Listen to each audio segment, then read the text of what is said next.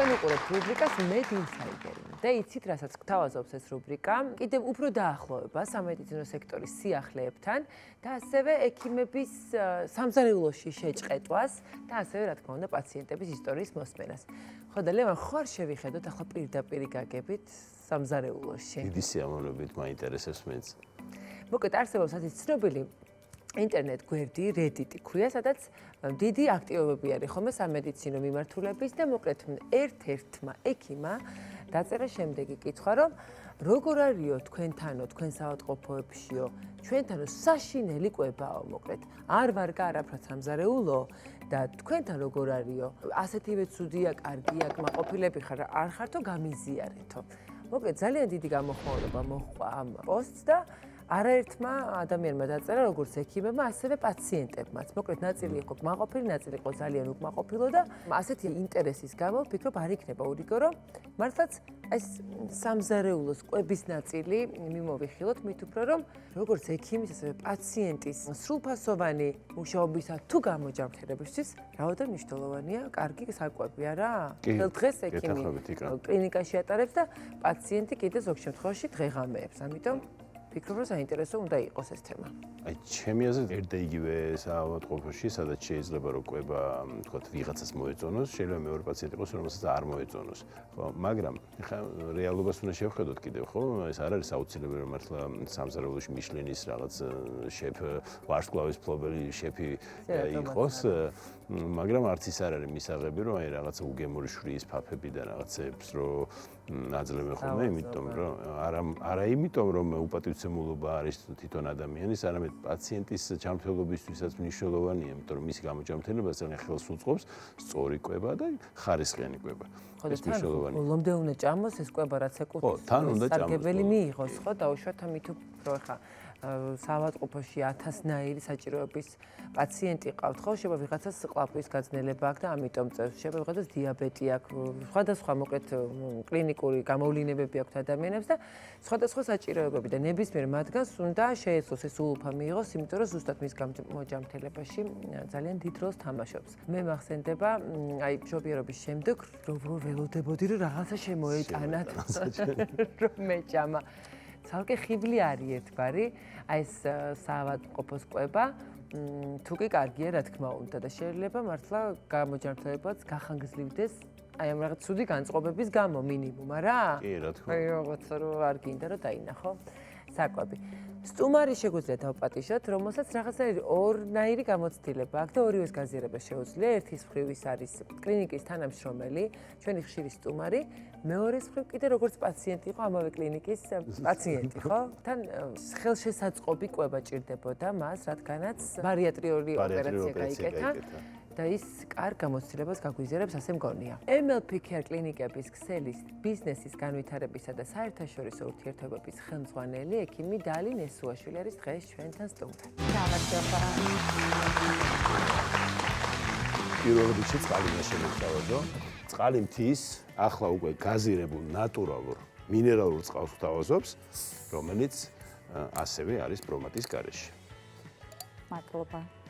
ახლა მოგვიყევით, როგორც პაციენტმა, ან ჯერ როგორც კლინიკის წარმომადგენელმა ბარიატრიული ოპერაციის დროს კვების მნიშვნელობაზე, ხო, ანუ ეს ისეთი რამ არის, რომ სულ ასე ძალიან გააზრებულად და ძალიან სწორად უნდა მიეწოდოს პაციენტს საკვები, ხო, სწორია? კვები გემრიელადაც. რა თქმა უნდა. და ყველაზე ესეთი განსაკუთრებული არის ხოლმე, რომ კლინიკაში კვება. თან ეს რაღაცა არ ვიცი, ტრადიციულად გვაქვს რა საქართველოში, გონია რომ ახლობლები, როდესაც მივდივართ პაციენტის მოსანახულებლად, ყველას აუცილებლად მიგვაქვს წვენი ან უბრალოდ საჭმელი. მიუხედავად იმისა, რომ თურქეთში ჩავიტარე ოპერაცია, ჩემთანაც ქართველი მეგობრები რომ მოვიდნენ, იცოდნენ, რომ ვერაფერს უბრალოდ ვერ ვჭამდი, ვერ ვსვამდი, მაგრამ ის ქართული ტრადიცია, მაინც დამცხრები. დამცხრები. უბრალოდ გამოდის და აი ხელცარიელი ვერ მოვიდოდი, არა უჭირს ექთნებს გაუმასპინძლები ეს გაუმასპინძლდი ექიმ. ვინმე შემოგვიძიე. და ამ დროს რა გქონია რომ პატივი ვცეთ, რომ მივიტანოთ რაღაცა, ამ დროს შეიძლება უბრალოდ ზიანს ვაყენებდეთ მათ ჯანმრთელობას, არ ვიცოდეთ და ეს ყველაზე კარგად გამოვცადე თუნდაც ჩემი ოპერაციის დროს, როდესაც პირველ დღეს საერთოდ აკრძალული მქონდა ნებისმიერი სახის საკვები და მეორე დღეს მხოლოდ შემეძლო მიმიღო სითხე, რომელსაც კატეგორიულად იყო კლინიკისგან აკრძალული და მხოლოდ რასაც მომცემდნენ კლინიკაში, რა საკვებიც მექნებოდა, უნდა მიმიღო მხოლოდ ის. და გემრიელი არ იყო ეს საკვები თავიდან? გააჩნია პაციენტი რატომ წევს კლინიკაში, ამას აქვს ძალიან დიდი მნიშვნელობა. პაციენტები, რომლებსაც უბრალოდ ესთეტიკური ოპერაცია უტარდებათ, ან რაიმე სხვა სახის ოპერაციები, მათ კვებას მხრივ არ აქვთ აკრძალვები და მათ შეუძლია ჭამონ ისევე, როგორც სხვა ჩვეულებრივმა ადამიანებმა. თუმცა მათთვისაც რაციონი შერჩეული არის. მაგრამ ისეთ პაციენტებს თუნდაც როგორც ვიყავი მე ბარიატრიულ პაციენტებს სამწუხაროდ ცოტა თუმცა ცდილობენ მაინც კომფორტისთვის და სხვადასხვა სიცხეს ვიღებთ და ხშირად ჩვენ სიცხესთან მხოლოდ წყალს ვაკავშირებთ. თუმცა ჩემ რაციონში იყო წყალი, კომპოტივით, რომელსაც არც შაქარი ქონდა, მაგრამ იყო რაღაც მრავალფეროვნება. ცოტა გემოქონდა და არ რაღაც მარტო წყალზე არ ვიყავი. ან თუნდაც მაგალითად წვნიანი, თუმცა არა როგორც წვნიანსაც ჩვენ დაბლენდერებული, გათხელებული, ფერადი, თუნდაც ის რომ შეხედავდი ფერზე მიმზიდველი იყო. ამას ვფიქრობ, რომ ალბათ უფრო ცოტა ფსიქოლოგიური არის და რაღაც როცა ესეთი მრავალფეროვნება გაქვს წინ, უფრო მარტივია ალბათ. მადაზეც ხარ, ხო, რომ არ გონია, რომ ავად ხარ. მე ზოგ პაციენტს არ ჭირდება დიეტა მაგალითად, ხო? შეიძლება ჩვეულებრივი კვება ჭირდებოდეს და აი თქვათ არის ესეთი განსხვავება, როგორ არის? რა თქმა უნდა, კლინიკას ყავს ნუტრიციოლოგი, რომელიც ადგენს ამ კვების რეჟიმს. იმის მიხედვით პაციენტი არის ალერგიული, არ არის, რა თქმა უნდა, ამის მიხედვითაც განსაზღვრა ხდება პაციენტის მენიუს, რა ოპერაცია ჩაუტარდა, ონკოლოგიური პაციენტები, რომლებსაც აქვთ კუჭნაწლავის სიმსივნეები, ამ შემთხვევაში კიდევ უფრო ორმაგად მნიშვნელობა ენიჭება კვებას, ან ისეთი ოპერაციები პაციენტს, რომელსაც სპეციალური დიეტა სჭირდება თუნდაც კუჭი მოქმედებისთვის და ძალიან ბევრი ალბათ ისეთი დეტალები არის გათვალისწინებული, რაცაც ჩვენ ალბათ არც გვიფიქრია და არც ვფიქრობთ, რომ იმ საკვების უკან არის ძალიან ბევრი დეტალი გათვალისწინებული. რა თქმა უნდა, ნუტრიციოლოგი ადგენს რეჟიმს, თუმცა მე უკვე ეს ამ რეჟიმიდან პაციენტს რომელი რეჟიმი მიეცეს, ამას უკვე მისი მკურნალი უშუალოდ თვითონ პაციენტზე წყვეტს მისი მკურნალი ექიმი. შემდეგ უკვე კლინიკის სამზარეულოს შეფი ადგენს უკვე დღის რაციონს. ძირითადად კალორიაჟი უნდა იყოს გათვალისწინებული თითოეულ პაციენტისთვის რა ჭირდება, თუნდაც ის ოპერაციის შემდგომ შეიძლება კვება საერთოდ არ ჭირდებოდეს, ან მინიმალური კალორიით იყოს და ამას მკურნალი ექიმი და ნუტრიციოლოგი ამის შემთხვევაში უკვე ძალიან გამარტივებული არის ეს თემა, მაგალითად პაციენტი როდესაც და ორდერს გამოწერს თუ რა მკურნალობა უნდა ჩაუტარდეს პაციენტს, ექიმი სამომდროულად კვების რაციონის რეჟიმი თვითონ შეაქვს და ამის შემდეგ უკვე ნუტრიციოლოგი უბრალოდ ყოველი კვების წინ ამოწმებს თუ რა დამზადა და ყველაზე ისეთი ჩემთვისაც გასაოცარი ის იყო რომ როდესაც შევს ვკითხე თუ რას უწევდნენ მნიშვნელობას, როდესაც ეს დგებოდა, მითხრეს რომ რაც შეიძლება ფერადი უნდა იყოს საკვები. და როდესაც ვიკითხე ამის მიზეზი რა იყო, მას აქვს რამოდენიმე მიზეზი. პირველი ეს არის თურმე რაც უფრო ფერადია საკვები, ეს უფრო ნიშნავს რომ სხვადასხვა ნივთიერებებს და დაბალანსირებული არის კვება. და ყველა ვიტამინი იქნება ის თუ სხვადასხვა ნივთიერებები უფრო არის გათვალისწინებული თითოეული დეტალი. მეორე, როდესაც საკვები შედის პაციენტთან, აუცილებლად უნდა იყოს ფსიქოლოგიურად მისთვის მისაღები. ანუ უნდა ფერით მოეწონოს, რომ მან ჭამოს ის. ეს არა მხოლოდ ბავშვებში, არამედ დიდებში ძალიან დიდი მნიშვნელობა ქონია ის, რომ გაგიჩნდეს სურვილი ჭამის იმ მომენტში. ფერებს ამ შემთხვევაშიც მნიშვნელობა აქვს. ამიტომ არის რომ ხშირად არის რომ პაციენტი დიეტაზეა შიმშილობასთან აიგივებენ. რეალურად ამ დროს ძალიან მნიშვნელოვანია პაციენტის კვება, სწორი და ჯანსაღი კვება და არა შიმშილობა. რადგანაც თვითონ გამოჯანმრთელებასთვის არ აქვს მნიშვნელობა რა ოპერაცია არის ჩატარებული, გჭირდება ენერგია, რასაც ვერ შეგიცვლის გადასხმა. რა თქმა უნდა, მეც ასე მგონია და თან ხა რომ წარმოვიდგინე ესეთ თეფში, რომელიც ბევრ ფერს მოიცავს, რაღაცა სიცოცხლის ხალის გაძლევს. ამიტომ ჩვენ მართლაც შეგვიძლია რომ წავიდეთ ვირტუალურად, შევიხედოთ ერთ-ერთი კლინიკის სამზარეულოში და ერთი დღის მენიუს გადავავლოთ თვალი, როგორ გამოიყურება. რამდენ ფერს დავიჭერთ, რამდენ პროდუქტს და ნახოთ აბა როგორ იკვებებიან სასად. მოგესალმებით სტამბოლიდან. დღეს შეგახედებთ გოსტეპე მედიკალ პარკის კლინიკის სამზარეულოში, სადაც მეგზურობას გამიწევს ამავე კლინიკის ნუტრიციოლოგი გიზემ ბაჰადირი. ძალიან დიდი მადლობა, რომ დღეს ჩვენთვის გამონახეთ დრო, რადგანაც ის არის ძალიან დაკავებული, რადგან დღის განმავლობაში ძალიან ბევრ პაციენტზე უნდა იზრუნოს მან. რა არის მნიშვნელოვანი, როდესაც პაციენტებზე ვიწყებთ ფიქრს, რა უნდა შევთავაზოთ მას? პაციენტის კვება განსაკუთრებულ მნიშვნელობას ატარებს. ამიტომ მენიუს დაგეგმვა აუცილებლად უნდა ეფუძნებოდეს მის ინდივიდუალურ დიეტას. დიეტები მრავალფეროვანია და თითოეულ მათგანს თავისი სპეციფიკა აქვს.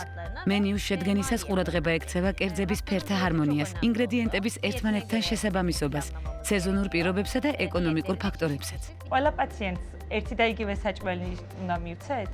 არა, ყველა პაციენტს ერთი და იგივე კერძი არ მიეწოდება. სხვადასხვა დიეტის შესაბამისად თითოეული პაციენტისთვის განსხვავებული მენიუ იგეგმება. ერთიანი მენიუს ფარგლებში განისაზღვრება შესაბამისი ვარიანტები. მარილიანი, უმარილო, ამ პაციენტის მდგომარეობის მიხედვით შერჩეული სხვა შესაბამისი რაციონი.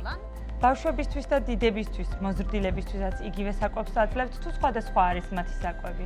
ბავშვებისა და ზრდასრულებისთვის განკუთვნილი საკვები ერთმანეთისგან განსხვავდება. ბავშვებისთვის იგეგმება ისეთი რაციონი, რომელიც მარტივად მოსანელებელია და ამავე დროს მდიდარია ცილებით, რათა მათი ზრდა და განვითარება სწორად უზრუნველყოს.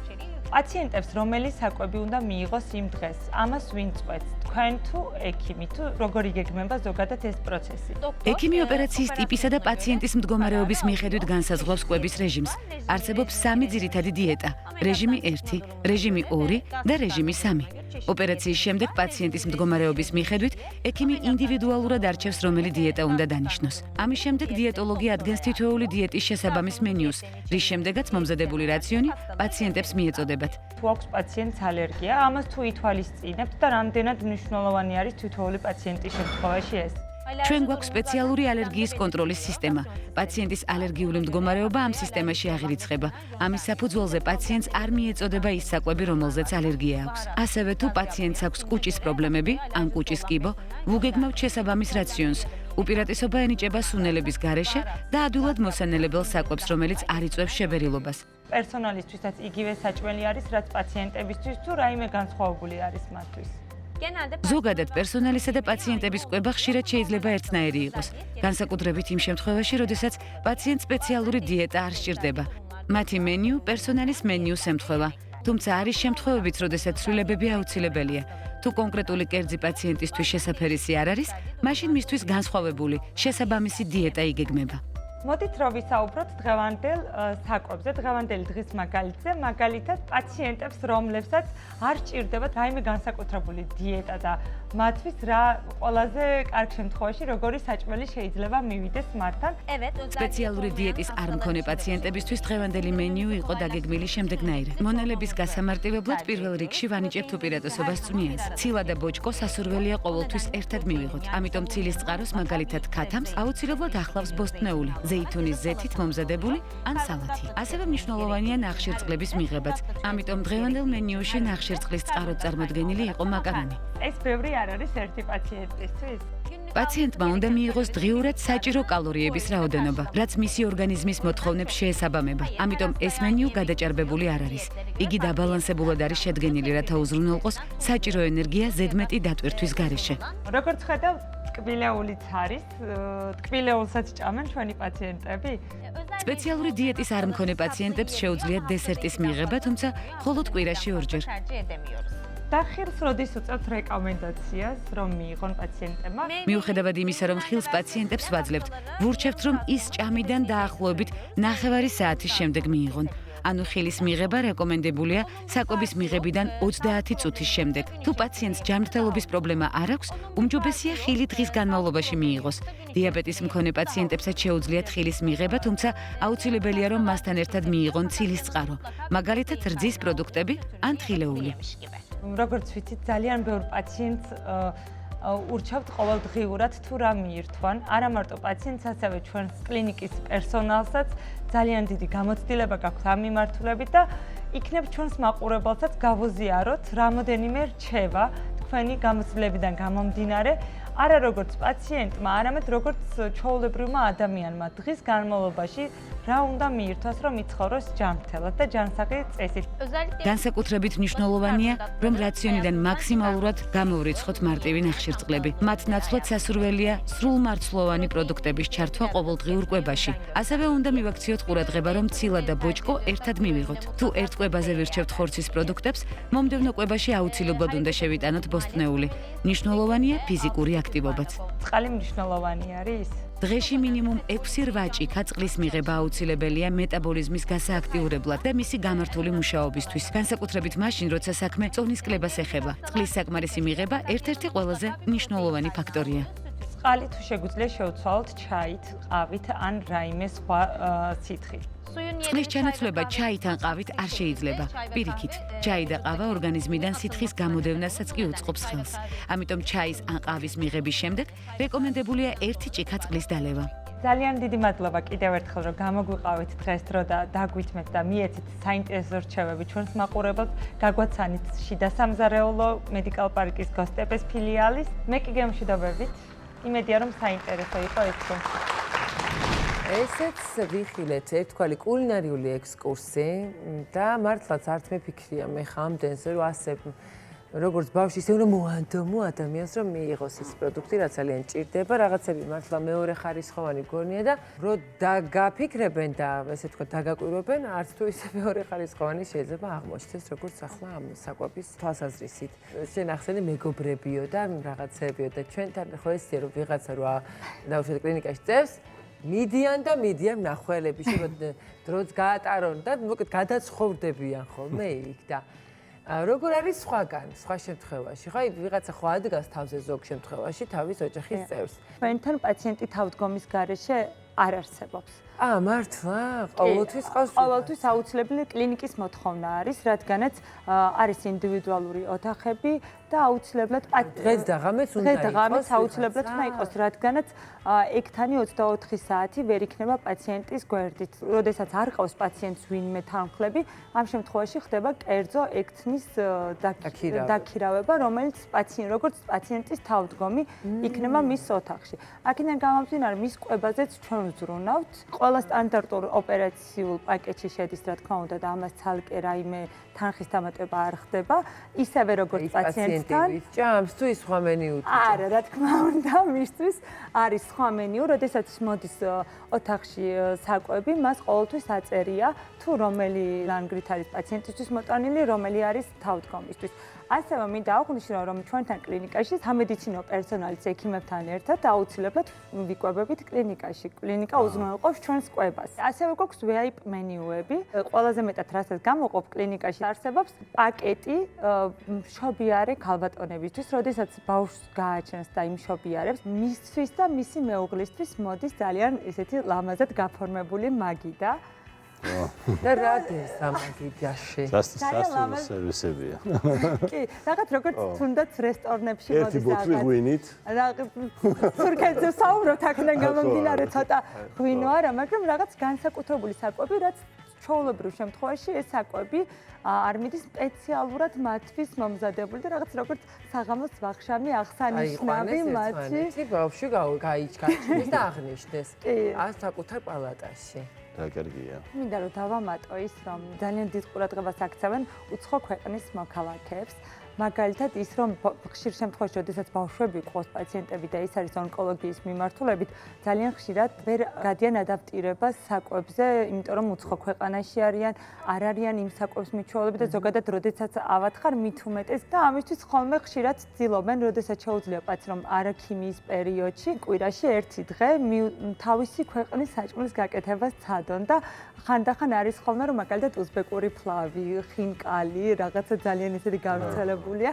რა თქმა უნდა, რაღაცების დაცვით რომ არ იყოს რაღაც ძალიან ბევრი მარილით, წვანილები ან ნაკლები ან მაგალითად რაღაც სუნელები, თუმცა ამ გათვალისწინებით და წესის დაცვით ცდილობენ რომ ზოგადად სხვადასხვა ქვეყნის კულტურას ცენ პატივი და კვირაში ერთხელ მაინც კონდეთ მაგალითად ხაჭაპური, რომელიც ასე თუ ისე მაინც მარტივი არის გასაკეთებლად. ალბათ ამას ქვია ზუსტად პაციენტზე ორიენტირებული მედიცინა და მკურნალობა. კი, ესეთი მოდელი როგორი უნდა იყოს გამართული სამედიცინო სექტორი, თავის კვებიანად, თავის მარილ-მოყრილი, გავიგეთ როგორი შეიძლება იყოს.